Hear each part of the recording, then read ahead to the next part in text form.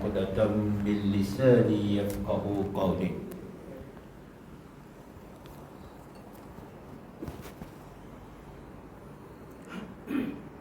Amma ba'du. Jadi alhamdulillah, syukur kepada Allah Subhanahu wa taala. Muslimin yang dirahmati Allah Subhanahu wa taala sekalian, pertama kali samalah kita syukur pada Allah Subhanahu wa taala kerana dengan limpah kurnia Allah Subhanahu wa taala masih lagi buka dan taruh dan simpan umur kita sehingga dapat melaksanakan apa yang diutuskan oleh Allah Subhanahu wa taala kepada Nabi junjungan Muhammad sallallahu alaihi wasallam. Jadi alhamdulillah, juga saya terima kasih kepada, tak lupa juga kepada AJK yang sanggup, yang menjemput saya. Biasanya malam ni baca kitab apa? Kitab susah nak sebut. Kalau apa cerita tu dia kata susah nak eja. Kata hero apa? Hero susah nak eja. Tak apa, tak sebut tak apa. Jadi mengenai apa? Tauhid. Alhamdulillah. Alhamdulillah. Jadi alhamdulillah. Dan juga tidak lupa kepada semua muslimin yang dirahmati Allah semua. Walaupun tak ramai, dia ilmu Allah ni memang susah. Dia benda harga mahal. Ilmu Allah ni dia benda harga tu mahal sangat. Nak banding dengan seluruh dunia ni, nak banding dengan huruf alif satu tak boleh nak bayar. Sebab tu dia susah. Orang nak terima tu susah. Kadang-kadang dia kata, alah ustaz sebut benda yang sama je. Ustaz lain datang sama je, benda yang sama. Ya lah, benda yang sama. Tapi benda yang sama, adakah benda tu dah masuk dalam diri kamu? Kalau tanya balik, dah masuk ke belum? Ustaz cakap benda yang sama. Ustaz tu guru mana datang, benda yang sama je. Tak ada apa sifat 20 je. Habis tu sifat 20 dah masuk belum? Dah masuk belum? Kalau kamu belajar sampai mati sekalipun, kalau tak masuk dalam diri kamu, tetap Allah tak terima amalan kamu. Belajar sifat 20, tak apalah, kalau nak bahas sifat 20 itu memang panjang. Kalaulah benda tu tak masuk dalam diri kita, makna kita tak boleh memahami tentang ketuhanan itu dengan secara hati yang jelas dan akal yang waras, tetap iman kita tidak diterima oleh Allah. Masih lagi kata Imam As-Sanusi, asim. Kalau kamu tak dapat benda tu, maka kamu tergolong-golongan orang yang masih lagi berdosa dengan Allah Subhanahu wa taala. Itu kata Imam As-Sanusi dalam kitab dia. Masih lagi. Itu macam mana yang orang tak belajar? Itu tak kena cakap dah. Awal-awal lagi dah. Ni yang belajar. Sama juga Allah Ta'ala cerita dalam Al-Quran tentang masalah orang yang salat. Sama juga. Jadi insyaAllah kita cuba buka minda. Jadi orang yang dapat duduk kat sini ni semuanya adalah orang yang terpilih. Yang dipilih oleh Allah. Orang yang Allah Ta'ala sayang. Kalau Allah Ta'ala tak sayang kepada seseorang, maka orang itu Allah Ta'ala tak akan bagi faham tentang agama kepada dia. Itu tunggulah akan diumbar ke dalam neraka Allah Subhanahu wa taala. Tak kira orang solat tak solat. Tuhan Allah Taala tak kira kamu solat kamu tak solat. Kalau kamu tak rasa sayang kepada agama, maka tempat kamu duduk adalah neraka. Kamu sayang kepada agama, tempat kamu di akhirat dia tak ada pilihan. Ada dua je. Kamu nak duduk di atas titi tengah tu tak ada. Ada dua je. Sama ada neraka, syurga. Neraka, syurga. Itu je. Salah pilih, ke kiri. Betul pilih, ke depan. InsyaAllah lah sama-sama kita memahami dalam bab agama ni, yang terutama ketuhanan. Jadi alhamdulillah, sebelum kita nak lanjutkan bicara pada kita pada malam ini, terlebih dahulu kita kena beristighfar pada Allah. Dan beristighfar itu mana-mana saya pergi sama lah, sebab saya mengajar sejak pada umur 16 dulu pun sama. Saya guna benda yang sama. Sebab Cahaya ni dia susah nak masuk dalam diri kita sekiranya diri kita ini kotor. Nah, susah. Alhamdulillah. Yang kedua, kita munajat dengan Allah. Dan yang tiga syair. Dan yang keempat adalah doa laduni. Dia sama-sama ikutlah. Nah, dia buat doa ke, zikir ke, itu ilmu nak masuk, tengok atas kita rajin ke malas. Allah Ta'ala nak bagi tu, tengok rajin ke malas. Kalau mulut nak buka pun malas, nak buka suara, macam mana ilmu Allah Ta'ala nak bagi? Aku suruh banyak tu, kau pun malas. Lebih-lebih lagi lah. InsyaAllah sama-sama kita baca. Astaghfirullahalazim alladzi la ilaha illa huwal hayyul qayyum wa atubu ilayh. Astaghfirullahalazim الذي لا إله إلا هو الحي القيوم وأتوب إليه. أستغفر الله العظيم الذي لا إله إلا هو الحي القيوم وأتوب إليه. تبنا إلى الله ورجعنا إلى الله وندمنا على ما فعلنا وعزمنا على ألا نعود لذنب أبدا. تبنا إلى الله ورجعنا إلى الله وندمنا على ما فعلنا وعزمنا على ألا نعود لذنب أبدا. تبنا إلى الله ورجعنا إلى الله وندمنا على ما فعلنا وعزمنا على ألا نعود لذنب أبدا.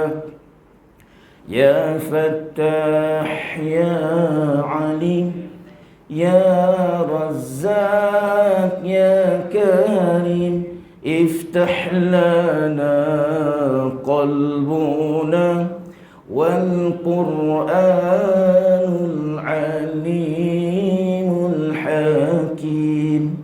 نور تجري صفات الله صفات jadi kalam Allah.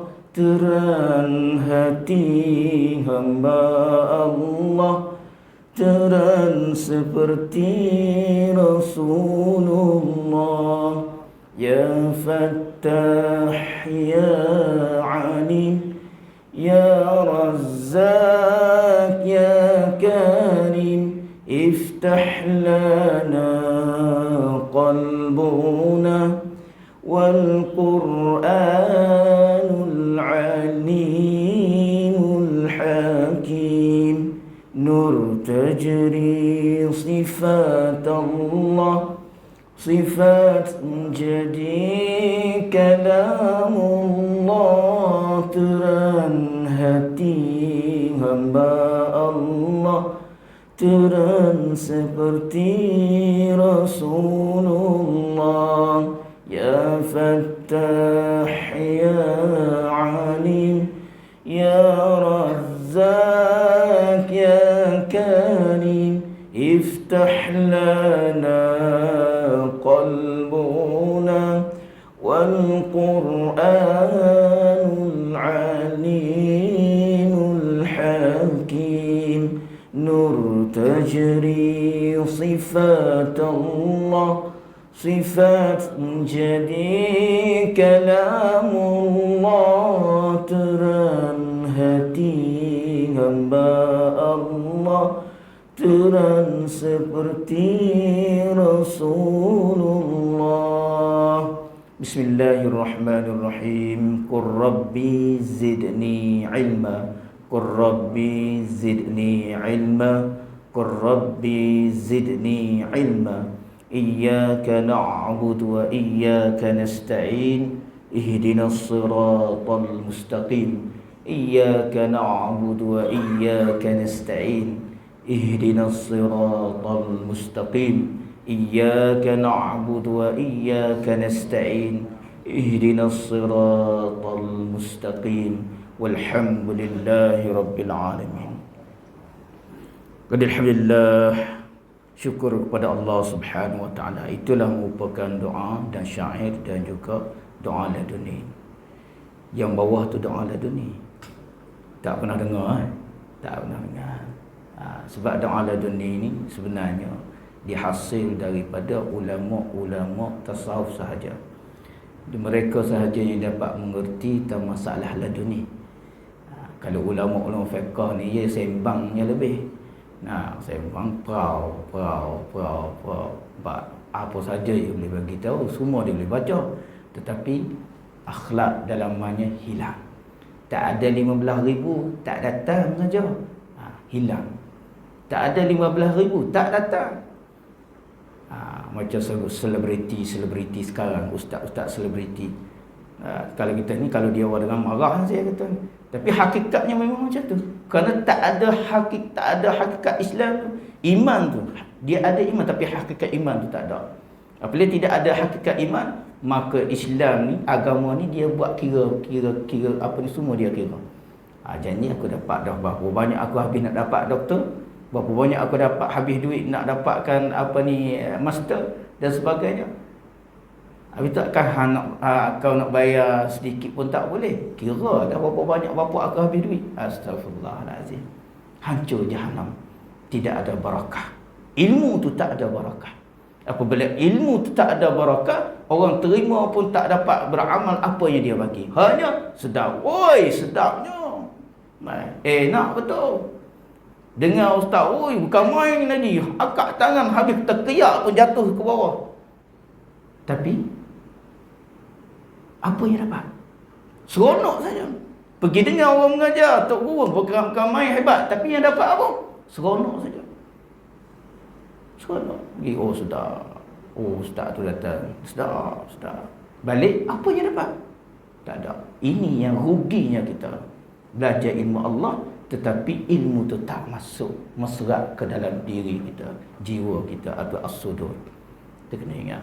Dan insya-Allah kita belajar ni, jangan kita nak kepada sedap, nak kepada hebat, tapi kita belajar untuk menegakkan kalimah Allah. Itu sebenarnya setiap kita langkah yang kita datang. Kalau datang sini hanya semata-mata ikut orang solat, kosong. Walaupun datang sini dapat 27 kali ganda, solat dapat 27, setengah kata 25, ada setengah hadis kata 25, ada setengah ada 27. Tapi kalau datang sini semata-mata datang ikut orang, pergilah salat. Pergilah salat. Dia pun pergi. Asal rumah dekat dengan surau, pergi salat. Malulah tak pergi salat. Bawa orang malu tak pergi salat. Jadi datang salat ni kosong, tak boleh apa. Kalau solat kat rumah, lagilah teruk. Datang pun tak boleh apa. Yang 27 satu pun tak dapat. Yang kat rumah satu. Kosong jawabnya. 0 campur 0. Jadi atramin 0. Itu jadi rugi. Sebab tu kita kena faham konteks amalan tu, kita kena faham tujuan apa yang kita datang sini, menegak kalimah Allah. Kerana solat ini adalah rukun Islam. Jadi rukun Islam merupakan satu tiang yang kukuh. Apabila tidak ada tiang, runtuhlah semuanya bangunan dia. Sebab tu ada satu hadis Rasulullah, apabila orang tanya tentang masalah orang yang tak salat, bagaimana orang yang salat tapi tidak ada salat? Kalau dia tak salat, bermakna dia meruntuhkan agama dia sendiri, menghancurkan agama sendiri. Orang lain tak boleh menghancurkan Islam. Ya'lu wa la yu'la alaih. ya'lu wa la yu'la alaih. Islam itu tinggi dan tidak ada lagi setaraf dengan Islam. Tak ada siapa yang boleh setara dengan Islam. Makna kalau Islam tu runtuh dan jatuh, bermakna Islam, orang Islam, pembawa Islam itu sendiri yang meruntuhkan agama dia sendiri. Tak ada orang lain. Kita nak salahkan orang. Yahudi lah ni punya pasal ni. Syaitan lah ni punya pasal ni. Jin lah ni yang punya pasal. Semua kita salahkan orang. Diri kita. Pernah tak kita salahkan diri kita? Pernah tak kita tanya diri kita salah Allah? Ada tak roh yang kita salah dia? Tak ada. Takbir pun dah hilang dah. Rugi. Ini kita rugi. Ni insyaAllah lepas ni kat majlis ilmu selalu ada. Jadi setiap kali kita ingat, setiap kali kita bergerak ke arah mana sekalipun, niatlah di hati, letak sebelum nak langkah daripada rumah, ya Allah, aku pergi adalah untuk menegakkan kalimah Engkau, ya Allah. Dia kata ulama tasawuf, sekiranya kamu mati tengah jalan, tak sampai lagi ke sana, walaupun kamu pergi kerja, nak pergi kerja ambil auto pes, tak motor, tapi kita pergi menegakkan kalimah Allah. Ya Allah, aku bergerak walaupun kerja, tapi untuk menegakkan kalimah Engkau. Tapi apabila kita meninggal dunia sebelum sampai dekat tempat kerja, maka mati dikirakan mati syahid. Bukan datang solat saja, bahkan datang belajar saja yang dapat syahid. Dalam hadis mengatakan orang yang datang belajar mati tengah jalan dapat syahid. Saya datang sini mengajar, kalau mati tengah jalan dapat syahid. Tapi kalau datang sini nak mengajar orang bukan untuk nak menegak kalimah Allah, sama juga dengan orang pergi tempat lain, tak dapat syahid. Dapat kenapa kita datang bukan untuk nak menegak kalimah Allah, hanya nak ajar orang. Kerana aku ada ilmu, nak ajar orang. Sama juga. Tak ada kurang. Hadis memang dia, kerana hadis Rasulullah ni dia umumkan. Dia umum. Sebab ramai manusia ni tak sama. Ada yang rendah, ada yang tinggi, ada yang mudah faham, ada yang sudah faham. Itu Rasulullah ni, oleh kerana dia wahyu yuha, maka dia bawa sederhana. Jadi yang faham, ulama-ulama lah yang mentafsirkan apa yang ada di dalam isi hadis dan Al-Quran itu. Kita ni hanya ambil perkataan dia orang je lah. Ini kena faham. Betul, kena ingat kita datang sini, datang solat ataupun datang tempat pengajian, datang tempat ilmu dan pergi mana-mana sahaja sekalipun, walaupun kita pergi bekerja, boleh kita niat supaya untuk menegakkan kalimah Allah. Kalau kita niat untuk menegakkan kalimah Allah, mati di sana, insya-Allah Allah Taala akan bagi pahala syahid. Insya-Allah. Itu yang pertama, kita kena jaga hati. Alhamdulillah. Biasanya saya pergi mana-mana pun saya sentuh bab solat. Kerana sekarang ni bab solat teruk sangat. Teruk sangat orang kita yang solat. Banyak orang yang minat bersolat sekarang ni, nak banding pada orang yang dulu. Sebab kesenangan tu banyak. Tambah-tambah kalau orang yang pencing, lagilah cepat pergi solat. Sebab tak ada kerja dah kat rumah. Ini bahaya. Bahaya. Punya niat tu bahaya. Kena jaga. Tujuan saya takut rugi apa yang kita pergi nak dapat, hakikatnya tak dapat. Kosong. Kita nak dapatkan ganjaran di sisi Allah, tapi yang kita buat kerja tu tak betul pada tempat, maka ganjaran itu tidak dibalas oleh Allah Subhanahu Wa Taala. InsyaAllah pasannya. Sekarang pun boleh pasannya, sebab baru dengar nak macam mana. Sebelum ni tak pernah dengar. Jadi dia baru dengar, insyaAllah selepas pada ni pasannya. Pergi mana? Pasannya. Ajar anak bini kita bersama pasannya. Mudah-mudahan apa yang kita buat itu akan dirahmati oleh Allah Subhanahu Wa Taala. InsyaAllah. Alhamdulillah. Dalam bab solat ni bermulanya daripada awal lagi. Bermulanya daripada awal lagi. Mana bermula daripada bab taharah. Dah belajar bab taharah kan? Banyak dah tahu ni bab taharah. Jadi masalah hakikat itu lain ceritalah, lain masalah. Kalau ada diizinkan Allah, saya datang lagi jelaskan masalah bab taharah. Kita belajar bab taharah ni dengan masalah nak menyucikan. Tapi sebenarnya nyuci ni dia ada dua, belakang depan. Makna yang zahir kita basuh, dan yang batin keikhlasan tu. Tu kat dalam tu dia kena ada, dia ada satu lagi. Sama juga dengan al-baul ni, sama juga dengan kita basuh berak. Kalau dalam bab fiqh, fiqh al-wad'iyatul mukallaf, makna Fiqh ni sekadar basuh, bersih, tak ada lagi yang kotor, kira selesai, tak ada masalah. Tetapi kalau bab tasawuf tak sah. Apa pula ni? Tak ngam. Kerana tasawuf ada satu perkara yang hendak menyucikan amalan kita. Dia kata tasawuf tak boleh, kamu kena niat. Kena niat menyucikan. Kalau tak niat menyucikan, tak sah. Lepas tu tak bersih. Siapa kata tak bersih? Semua juga pisau apa semua tu yang kita pakai. Kalau mengikut kaedah tasawuf, pisau yang kita pakai hirih barang tu, hirih dah bawang, nak hirih benda lain, nak potong benda lain, tak bilas, kotor. Kalau orang seorang atas tu, kalau saya pergi dekat kedai-kedai, selalu sakit perut sampai sekarang tak habis. Sakit perut sebab banyak benda yang dia orang buat tak betul pada tempat. Tak boleh, kotor. Sah tak? Sah. Tak ada apa. Tapi dari segi tasawuf tak boleh, kotor. Kalau tuan guru saya memang tak boleh, dia tak makan awal dia kira. Baik dia makan ulang, ambil kat pucuk kayu kat tepi jalan. Dia datang KL tu hari sekali. Balik sakit perut tak sampai rumah. Tengah jalan terus berhenti nak sampai dekat Kelantan tu. Oi, berapa kali berhenti sakit perut. Kita dah tahu dah, ni mesti ada benda yang tak betul ni. Masalah makanan. Tapi kita baloi je. Tu kena ingat. Sebab tu kata Tuan Guru, setiap kali kita nak makan, hendaklah kamu baca Bismillahilladzi la yadurruhu ma'asmihi syai'un fil ardi wala fis sama'.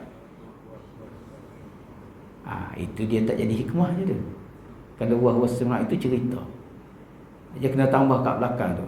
Mana wahwas sama' itu Allah Ta'ala nak cerita bahawa dia tak amat mengetahui di atas apa yang kamu buat. Itu cerita Allah. Hari tu nak jadikan hikmah benda tu nak macam mana? Kalau kita baca doa tu, contoh kita masuk dalam air. Air ni kita masuk dalam gelas. Kata ulama tasawuf, kesengaja kita makan, minum air ni, masuk air ni ada orang taruh racun. Tapi kita baca doa tu, letak jari macam ni. Jari mana letak ni? Bukan 3 lain, nak orang tukar dengan 3 lain pula. 3 lain boleh bukan. Dia macam ni, buka letak macam ni. Sebenarnya jari manis ni satu perkara yang Allah Ta'ala anugerah bagi kepada kita. Dia boleh detect. Dia boleh detect racun yang ada kat dalam ni. Tapi dengan syarat baca doa tadi. Bismillahilladzi la yadurruhu ma'asmi syai'un fil ardi wala fis sama' ya hayyu ya qayyum. Gelas ni kau pecah. Itu cara dia. Bismillahilladzi la yadurruhu ma'asmi syai'un fil ardi wala fis sama' ya hayyu ya qayyum. Tu tambahlah. Sama juga kita nak bergerak. Kalau kita nak bergerak, naik kereta, naik apa saja pun, kita bergerak naik kereta atau datang surau masuk masjid dan sebagainya. Memang doa masuk masjid dia ada doa dia. Tetapi kata ulama tasawuf kena tambah lagi satu. Sebab setiap yang kita naik kereta tu bahtera. Itu adalah bahtera kita menuju kepada Allah Ta'ala Azza wa Jalla. Itu bahtera. Kalau kamu tu faham. Kalau kamu tak faham, kura-kura. Macam tu je lah. Itu nak dapat pahala je. Allah Ta'ala bagi pahala ni senang sekali. Cukup mudah. Nak buat dosa ni susah. Kena habis duit. Nak masuk karaoke, berapa kena bayar? Susah. Tapi nak dapat pahala senang. Dengan berjalan macam tu pun dapat pahala. Kerana semua yang ada pada kita ni Allah Ta'ala dah pun beli. Innallaha ashtara minal mu'minin. Itu pada ayat ni. Jadi Allah Ta'ala guna kalimah madin. Madin ni dengan makna perkara semua yang ada pada orang Islam, Allah Ta'ala dah pun beli. Dah lama dah beli. Bukan baru beli. Dah lama dah. Tak jadi manusia Allah Ta'ala, aku dah beli semua dah. Dan aku dah bayar, bukan baru bayar. Bukan kamu mati masuk syurga, baru aku bayar. Tak, aku dah bayar lama dah. Kalau kamu orang Islam, aku dah bayar semua. Sama juga. Yang keluar semua sebab tu yang ada sekarang ni, manusia yang ada di permukaan bumi ni, kata ulama adalah manusia yang dah beriman pada Allah. Adapun manusia yang tak beriman pada Allah, manusia Allah Ta'ala tak akan keluarkan. Tak akan jadi manusia. Habis tu kenapa ada pula kafir? Jadi satu saat. Kenapa ada pula roh yang keluar pada bumi, roh yang masuk ada, yang kita ada sekarang, yang lagi akan ada, dan yang dah pun ada, ambil pada tu Adam sampai habis, semua tak ada, roh tu dah apa? Islam. Alastu bi rabbikum. Apabila Allah Ta'ala ciptanya roh, maka Allah Ta'ala tanya kepada roh, wahai roh, adakah aku ni Tuhan kamu? Tengok, sebanyak-banyaknya roh Allah Ta'ala jadi, Allah Ta'ala akan tanya semua roh yang Allah Ta'ala jadi sekaligus. Lepas tu Allah Ta'ala tanya, adakah aku ni Tuhan kau? Maka jawablah roh semua, qalu bala, bahkan engkau lah Tuhan aku. Maka kata ulama, di antara roh semua, bukan semua jawab. Ada setengah yang tak jawab, ada setengah yang jawab. Yang roh jawab qalu bala, maka roh itu akan dicatung, letak satu tempat untuk keluar dia dari akan dijadikan manusia. Adapun roh yang tak jawab qalu bala, roh tak akan dicatung satu tempat, satu catungan, letak satu tempat. Roh ni tak akan keluar sampai bila-bila. Bermakna semua yang ada ni dah Islam. Sebab tu orang kafir, anak orang kafir suci. Tak ada. Suci. Anak orang kafir sebelum daripada dia tu tak mukallaf, suci. Kau ada tok guru yang kata lain pula. Suci, bersih. Cuma yang jadi tak suci darah dia. Ini darah ni satu hal. Contoh masalah darah. Jadi sekali saya cerita masalah darah. Darah ni pun satu masalah yang besar. Ini semua tak Islam. Oleh itu Allah Ta'ala pindahkan daripada alam roh ke alam butun. Nak keluar manusia ni, masuk alam butun, duduk 40 hari, tiup roh, masuk. Tarik sekejap, lepas tu tiup lagi sekali. Alhamdulillah, jadilah seorang manusia.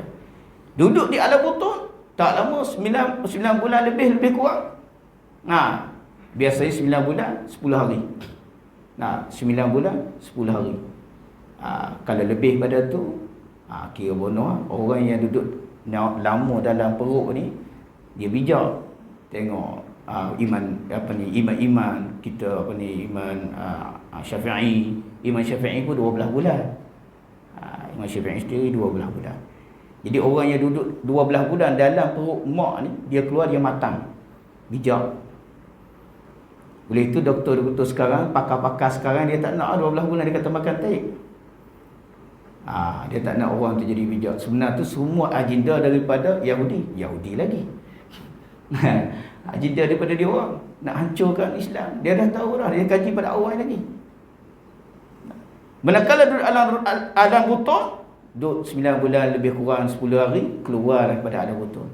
Apabila duduk dekat dunia, ada yang 30, ada yang 60, ada yang 70, ada yang 20, ada yang 1 hari pun ada yang tak sempat pun ada. Itu mengikut apa yang ditetap oleh Allah Subhanahu Wa Taala di dalam mahfuz. Ada lauh mahfuz. Jadi baik. Mana keluarnya dunia, jadi yang dah keluar dunia itu adalah roh yang beriman pada Allah. Oleh kerana manusia dinamakan manusia asal pada perkataan nisyan, yang lupa, maka Allah Ta'ala hantarlah rasul-rasulnya untuk bagi manusia itu ingat kembali apa yang dia dah janji dengan Allah semasa alam roh dulu.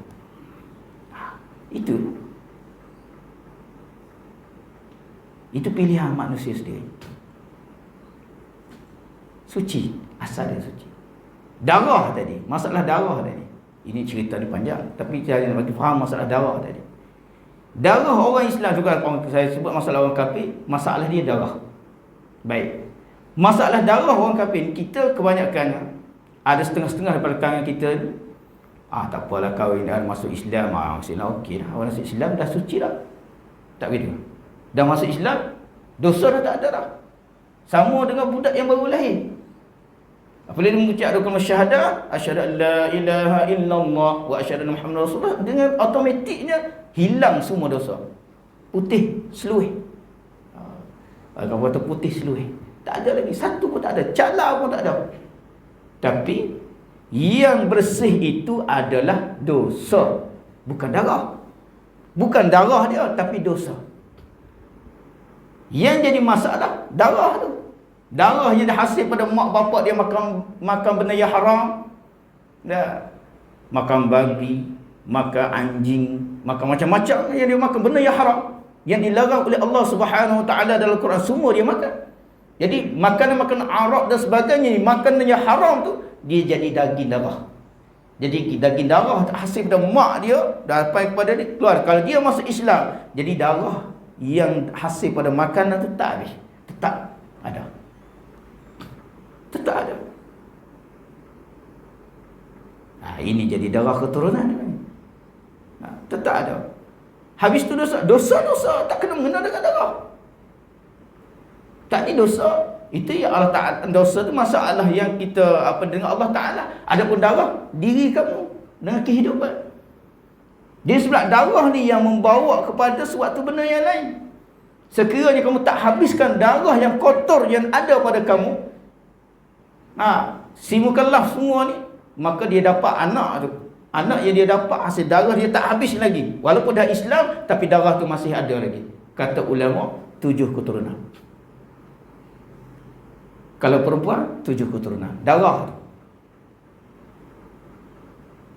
Apa yang jadi masalah dengan darah tu? Masalah dengan darah tu sebenarnya, dia berkait dengan benda yang lain, dengan kehidupan. Sebab tu Rasulullah sallallahu alaihi wasallam, apabila kamu nak kahwin, berapa perkara dia suruh pilih? Ingat tak? Berapa perkara? Yang pertamanya nasab. Nasab ni tentang darah. Keturunan. Keturunan dia macam mana? Suruh tanya keturunan. Dia bersangkut dengan keturunan. Keturunan bukan apa? Keturunan masalah darah tadi. Tapi ada darah yang tak elok. Ada darah yang tak yang mengotorkan dalam diri dia, menyebabkan dia tak nak kepada ibadah dan sebagainya. Dia apabila darah macam tu, dia tak habis. Tengok orang yang masuk Islam kahwin dengan orang kita, kahwin dengan orang Islam. Anak dia tak kahwin dengan orang yang bukan Islam, cucu dia akan kahwin balik dengan anak orang bukan Islam. Nampak? Pernah tengok? Pernah perasan tak benda tu? Tak ada lagi 2 keturunan dah kahwin balik dah. Dia tak suka pada orang yang Islam asas ni. Dia akan pergi sana, ambil lagi orang yang bukan Islam, masuk jadi mu'alaf lagi. Tak habis. Dia tak habis. Sebab tak habis darahnya. Oleh itu saya pernah tanya tuan guru, macam mana nak habiskan darah tu? Darah yang kotor, dia kata kalau mengikut dalam kaedah tasawuf, dia kena amalkan amal ibadah. Mana amal solat apa semua tak tinggal selama 25 tahun. Kalau dia tak tinggal solat, qada itu biasalah, manusia bukannya sempurna. Tak apa, macam mana dia tak tinggal solat sampai 25 tahun, maka darah tu Allah Ta'ala akan hancurkan semua. Kalau tidak, kena tunggu 7 keturunan. Sikit. Kita kena ingat. Jangan kita rasa tak apa, dah masuk Islam. Jangan. Darah tu kan jadi masalah. Itu kena ingat. Kita faham masalah. Jadi alhamdulillah, muslimin yang dirahmati Allah, itu dalam bab kehidupan dalam Islam, di antara zahir dan batinnya. Baik. Jadi kalau bab taharah tu panjang, nanti saya cerita lain kali lah, insya-Allah. Bab taharah tu dia ada yang berkenaan dengan masalah contoh air yang mutlak tu. Kita belajar air mutlak, mana air yang suci lagi menyucikan, yang dapat mencuci. Sebenarnya dia ada hikmah di sebalik tu. Contoh air air hujan, dia ada hikmah dia. Kenapa air itu boleh menyucikan benda yang lain? Setiap air yang boleh menyucikan benda yang lain, mana air itu Allah Ta'ala dah letak hikmah dalam diri dia. Tapi dah kita tak tahu, tak boleh buat apa. Saya bagi satu contoh lah. Dah buka satu contoh, air hujan. Air hujan ni sebenarnya satu air yang sangat-sangat suci, sangat-sangat bersih. Kualiti air hujan, dia boleh ganti air Zam-Zam. Kualiti dia, kalau nak kira betul-betul air hujan. Sebab air Zam-Zam itu sendiri, kalau kita kaji balik tentang masalah air Zam-Zam, datang dari mana? Tahu tak air datang dari mana? Pernah dengar tak Ustaz bagi tahu tentang masalah air Zam-Zam tu datang dari mana?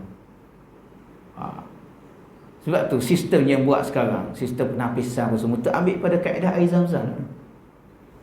Kajian kaedah air Zam-Zam. Ya Allah Taala tapis ambil daripada sungai Nil, masuk.